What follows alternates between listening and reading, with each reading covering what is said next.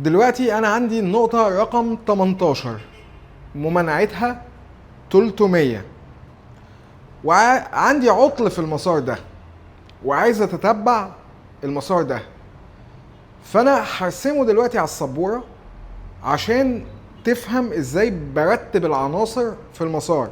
بعد كده انت مش محتاج ترسمه، انت بتتخيله.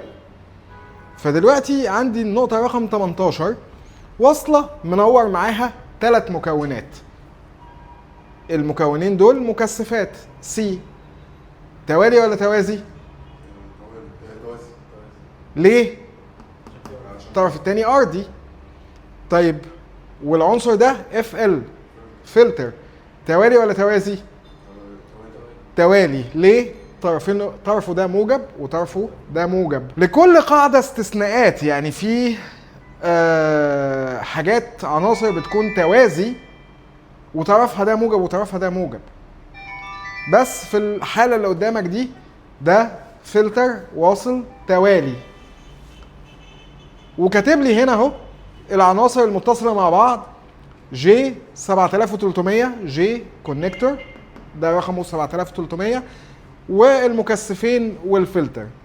دلوقتي انا رسمت الكونكتور على السبورة، عايز ارتب العناصر دي عليه كأني مخطط الشركة.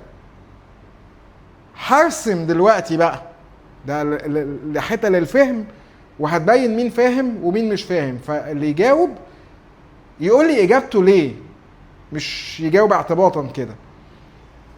هرسم الفلتر بعد منه ارسم المكثفات ولا ارسم المكثفات بعد منها الفلتر؟ ليه؟ عشان المكثف بيعدي التيار الاي سي. غلط غلط غلط ومفيش مذاكرة بجنيه. غلط ومفيش مذاكرة بجنيه. لما تقول لي مكثف توازي وتنطق اي سي يبقى انت ما ذاكرتش بجنيه. ها؟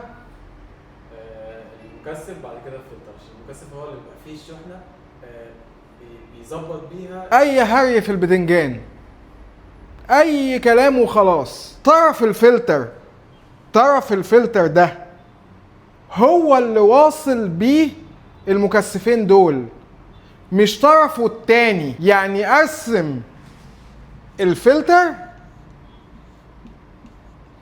وارسم هنا المكثفات، لان المكثفات واصله بطرف الفلتر ده. ما ينفعش ارسمها هنا لان هو ما قاليش ان المكثفات دي واصله بطرف الفلتر ده، هو قال لي ان المكثفات دي واصله بطرف الفلتر ده. فانا حطيت الفلتر توالي ورسمت المكثفات قبل منه، لان المكثفات مربوطه بأنهي طرف في الفلتر؟ بالطرف ده مش بالطرف ده. مفهومه؟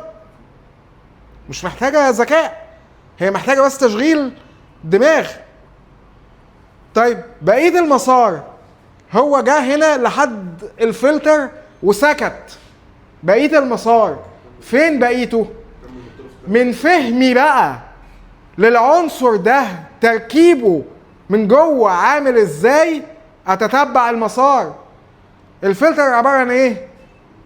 سلك ملفوف، او لو هو فيوز سلك بيسيح لما يمر فيه تيار عالي، فهو في الحالتين هو سلك. يعني الفلتر اقطابه متصله مع بعضها، مقاومتها 0 اوم.